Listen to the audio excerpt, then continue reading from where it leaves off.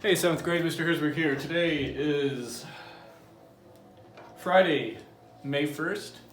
We're going to be doing Chapter 13 of the Pigman, going over Chapter 12 Pigman questions, and our journal. Let's get started. Remember, this week's standard is Reading Informational Text 7.3, where we're trying to find out if the author is informing, persuading, or entertaining. You're going to be analyzing interactions between individuals and events and ideas in a text. In other words, how are individuals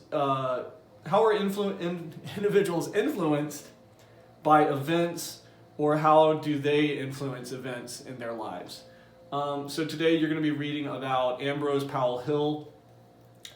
He was the youngest of 6 children. He went to the military academy, and he fought in the Mexican War and did some other great things. And you're going to talk about, and there's some questions at the bottom, about how did the events of his life influence his military career. In other words, what things happened to make Ambrose's military career push forward by either things that happened in that timeline while he was alive or others that influenced him. Okay? Let's go over our Chapter 12 Pigman questions from the other night. John in the beginning of the chapter. How is John in the beginning of Chapter 12? Well, he's I think they're upbeat. They see Mr. Pignotti in the hospital. They go back to his house. And I think John's trying to deal with seeing Mr. Pignotti in that state. The hospital kind of freaked him out, and I think he is a little bit worried about Mr. Pignotti. So he acts outwardly about it and kind of goes back to the house and starts trying to pretend like nothing's wrong. How does Lorraine talk to her mother? She talks to her mother in a very kind of a numb, sort of unemotional way. She's trying to constantly, I think, not engage her mom with an argument.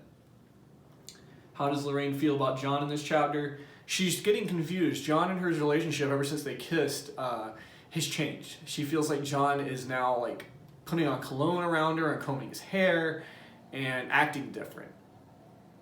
How does Lorraine feel about the pig room? She doesn't touch the room with all the glass pigs in it because she said it creeps her out. It's almost like this, sort of like a graveyard or sort of like a memorial or something. It weirds her out.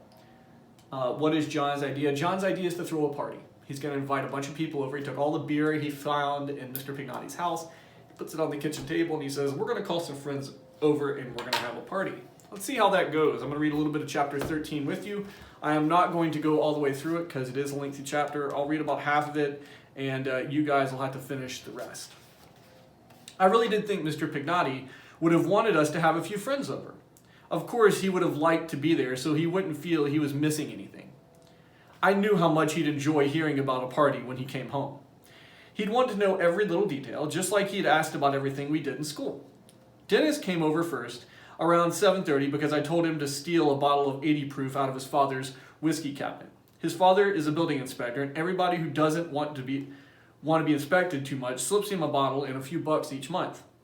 Dennis also brought some soda mixers and 24 glasses he got from his mother by telling her I was having a party and they were needed for the lemonade. I told Dennis not to invite Norton because if there was one thing that this little party needed, it was not Dennis Kelly. Norton had a reputation of going especially berserk parties. Even when he used to have kiddie parties and played spin the bottle, the girls were terrified it was his turn because he'd bite them. I don't think we should all of us have Mr. Pignotti's food, Lorraine said, munching on a saltine. He only got the stuff for us. He likes snails, so I think we should all save them for him, she said generously. Once he started turning out the hors d'oeuvres, she gained momentum. In fact, she started eating every other one she made. It was one for the plate and one for her stomach. She put ricotta cheese on crackers, frog's legs on crackers, bamboo shoots on crackers, and fish keelies, still with their heads on crackers. The only thing she didn't put on crackers was chocolate-covered ants, which she put on a plate so they looked like miniature chocolate candy. At 7:30, Deanna Dees arrived with her best friend, Helen Kaczynski. The two of them together are known as Beauty and the Beast. Helen is so fat you need a shoehorn to get her in the door, and then there's a few others that arrived. Jane Appling, Rocky Romano, Nick Cahill, James Moon, Marlon Brewery, Josephine Amato, Tony Romano, Bernie Ayatollah, Barney Freeman, and Janice Dickery. They were all a real nice bunch, but each one of them had a problem of his own. For instance, Jane is 6 feet 2 inches tall. Say, this is a nice house. Who is it? Whose is it? That's just the kind of mind Jane has. It's my uncle's, I told her, with just enough hesitation so she'd know I was lying. There's no point in having a house unless kids wonder how you got it. We really didn't start out inviting too many kids, but the more Lorraine and I thought of the parties we had been invited to, the more we had to call. After all, it was the first time either of us had a chance to return the invitations we had gotten. Lorraine's mom wouldn't allow anybody in her house, and my mom would have insisted on DDT dusting anyone I wanted to bring home. Lorraine dragged Jane away from me and over to the telephone, while the other kids were still quiet and nervous. Hey, Mom, Lorraine said, looking like a thief. I'm just calling from the phone at the corner of Jane Appling's house. Her mom just made dinner for us, and I'm just going to stay for a couple more hours, and we're going to do our homework tonight together. There was a long silence, and Lorraine's face looked like she was tiptoeing across thin ice. Jane was all set to give her routine because she's the only girl who doesn't have a telephone, so nobody can call back and check out the story. Say, Miss Jensen, I really would appreciate it if you'd let Lorraine stay a while because I don't understand this biology we've got, and your daughter's real good at biology. Most of the kids had been going to a dance at St. Mary's Hall, but when they heard Lorraine and I were having this party, they ditched that idea. Rocky Romano is the real social organizer of the group. He looks a little bit like a constipated weasel, but he really keeps the party moving. Mainly it's the idiotic face he has. Nick Cahill's problem is that he's terrified of girls, and Marlin Brewery would be fine if he learned how to drink some. I mean, he really reads too much, and he's always worrying about getting liver trouble and things like that. Josephine Amato is a complete waste, not worth even mentioning. Tony Romano's problem is that he likes opera. I think we should have the rest of the ricotta cheese for Mr. Pignotti, Lorraine blurted out as we went by the serving tray. Miniature chocolates, anyone? Barney Freeman is a big phony in the group, and nobody can stand him, which is the main reason I invited him. Janice Dickory is the only nice one in the group. She's really a lovely, sweet girl who dropped out of school in her junior year. I also invited Jack Brom, but he asked if Janice Dickory was coming. When I said yes, he said no way. That was because Jack was the reason Janice dropped out of school in her junior year. The band didn't arrive until around 8 because they had trouble with the amplifiers in the snow. Once they got set up, the house really started to jump. Gary and Barney Freeman's brother played drums. He was sort of the hero of the teenage music world ever since he got drunk one night at the party last summer and played drums in the middle of Victory Boulevard. Billy Boffo was on guitar and Chicky D had bass. Melissa Dumas was there too because she always goes steady with Gary. And she always sings 2 songs with the band. She only sings 2 songs because that's all she knows. She's got a lovely voice, but her memory is that of a titmouse with a curvature of the brain. 3 girls came from the church dance because Jane Appling had invited them, and I think she had one bleep of a nerve. A few guys crashed with them, and we ended up with not much more than 40 kids or so. I mean, there could have been more. It wasn't bad for a cocktail party. The chocolate ants and frog legs were gone in no time. You could count the kids eating anything when they're at a party, especially if they don't know it's ants and frogs. And the beer was holding out pretty good. Most of the girls were drinking the wine, but Melissa had drank too much. You should have seen her half-loaded singing. We moved out of the furniture onto the enclosed porch and took out the rug in the living room, so there was a great dance floor. Janice did this fantastic shaking that got everybody upset. Gary Freeman on the drums, like I told you, she's very mature, and when she shakes, you understand how she has to drop out of school on her junior year. Then the guitars came in, and they had to really show off. They turned up the amp so loud the window panes in the house started rattling. The nuns across the street are going to complain, Lorraine yelled to me over all the racket. Oh, shut up, Lorraine, I bellowed back at her. Getting a little high myself, but still rather furious about her telling me I made most of the garbage. I really can't stand it when anyone tells me something like that. I mean, this was turning out to be a real good party. The house was a great pleasure palace, it really was, and there wasn't much damage being done. Somebody dropped a drink downstairs and a cigarette burned a hole in one of the throw rugs. Only one lamp went over, and that was during a frenzied dance when everybody was on the floor. I waited until around 10:30 before I put on my roller skates and came tearing into the dance floor. Melissa and Lorraine dug out a pair of Lorraine's out of the closet, and she and I did this dance you wouldn't believe. Are you really enjoying my roller skates? Lorraine asked. I didn't know they were yours, Melissa chirped back. You never bothered to ask either. Lorraine stormed back to the kitchen, and her face was pink with jealousy. Say, John, I heard Jane Appling's voice screeching across the room. She was waving her hand like a Buxton basketball player. Where'd you really get this house, John? I want to know. Around 10:30, Norton Kelly arrived at the party, and it was in full swing. He was furious about not having been invited, sort of like the witch at Sleeping Beauty's ball. I didn't want any trouble, so I tried to meet Norton at the door. Norton, how's it going, man? So, John, you're having a little party, eh? His mouth twisted like he just slammed a car door on his thumb. Yeah, Norton, I was trying to get in touch with you all night, man. He looked carefully at me to see if I was lying or not. Anyone else would have known I was lying. Oh, I bet you did. I did, Norton, really. I mean, everyone's been wondering where you were. Who? Do you want some wine or beer or something, man? Come on, take a load off. How could you let that girl use my skates? Tell her to get them off, Lorraine interrupted, shooting a dirty look at Norton and then dashing off again. I'll take wine. After I took care of him, I went back on the floor and I did another skating routine, but I kept watching Norton out of the corner of my eye. He just stood quietly on the side of the room, sipping, but you could tell he was casing the joint like crazy.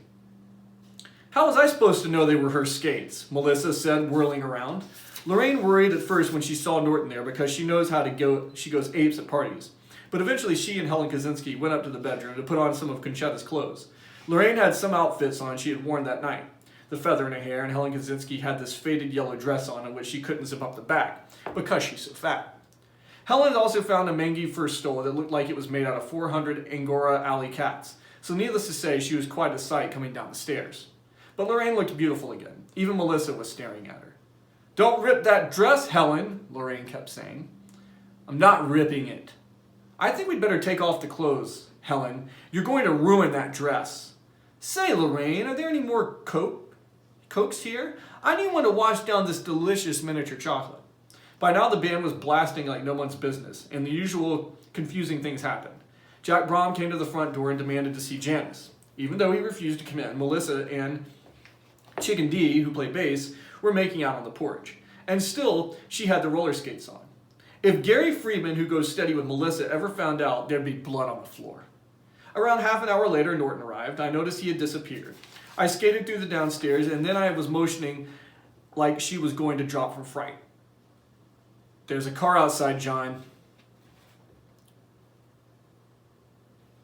A little worried. I mean, I think he's the psycho who'd set a house on fire if you let him. Has anybody seen Norton? I yelled to Lorraine, who was running around the emptying ashtrays. Yeah, John, I saw him go upstairs. She called back, blowing a strand of hair away from her face.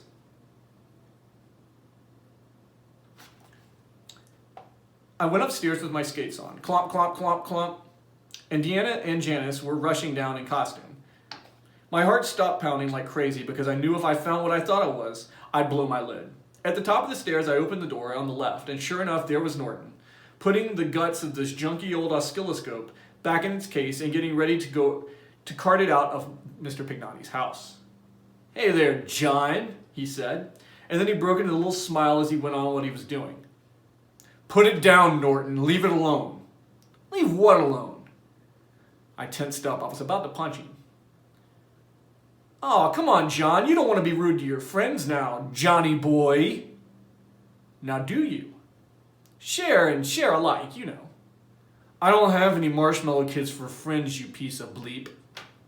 John, I heard Lorraine yell from the front stairs, and then split second, which I turned my head and gave Norton the chance he was waiting for. Norton drove his fist into my stomach and knocked the wind out of me. I don't think I could have fallen down if I hadn't been wearing the roller skates.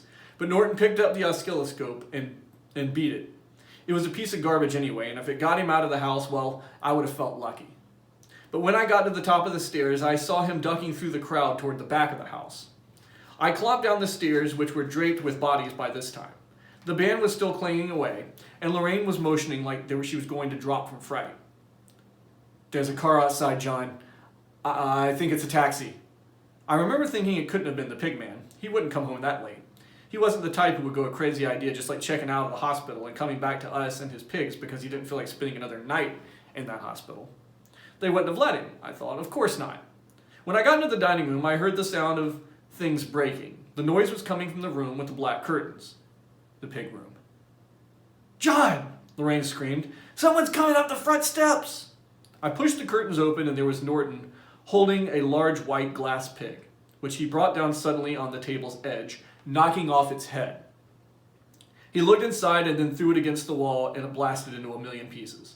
Several other broken pigs were laying all over the floor, And the only thing I could think of at that moment was the proud and happy look on Mr. Pignotti's face when he'd shown us the pigs that first day. I felt like I would kill Norton as I plowed into him with my fists. I punched his face like it was a sack of flour.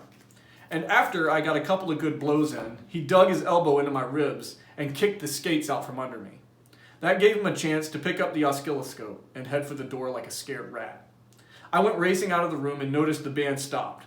I knew the place was emptying, and I suddenly realized what Lorraine was saying. "The Pigman's here!" A second later, my hands grabbed the back of Norton's neck, and I pushed him forward with so much force, he traveled to the length of the living room before we both fell on the floor. The oscilloscope shattered right near the front hallway, and when I saw the blood pouring out of his nose, I was so happy that I began to laugh. But then it was quiet.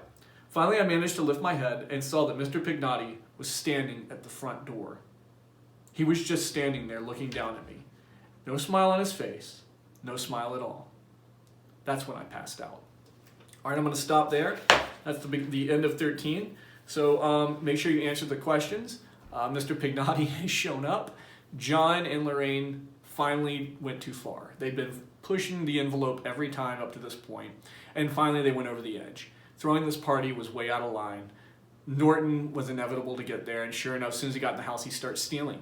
And then John finds him upstairs stealing Mr. Pignotti's old equipment, and John and him punch, and then he goes downstairs and he goes into the glass pig room and just starts breaking all the pigs, probably looking, thinking there's money inside of them or something.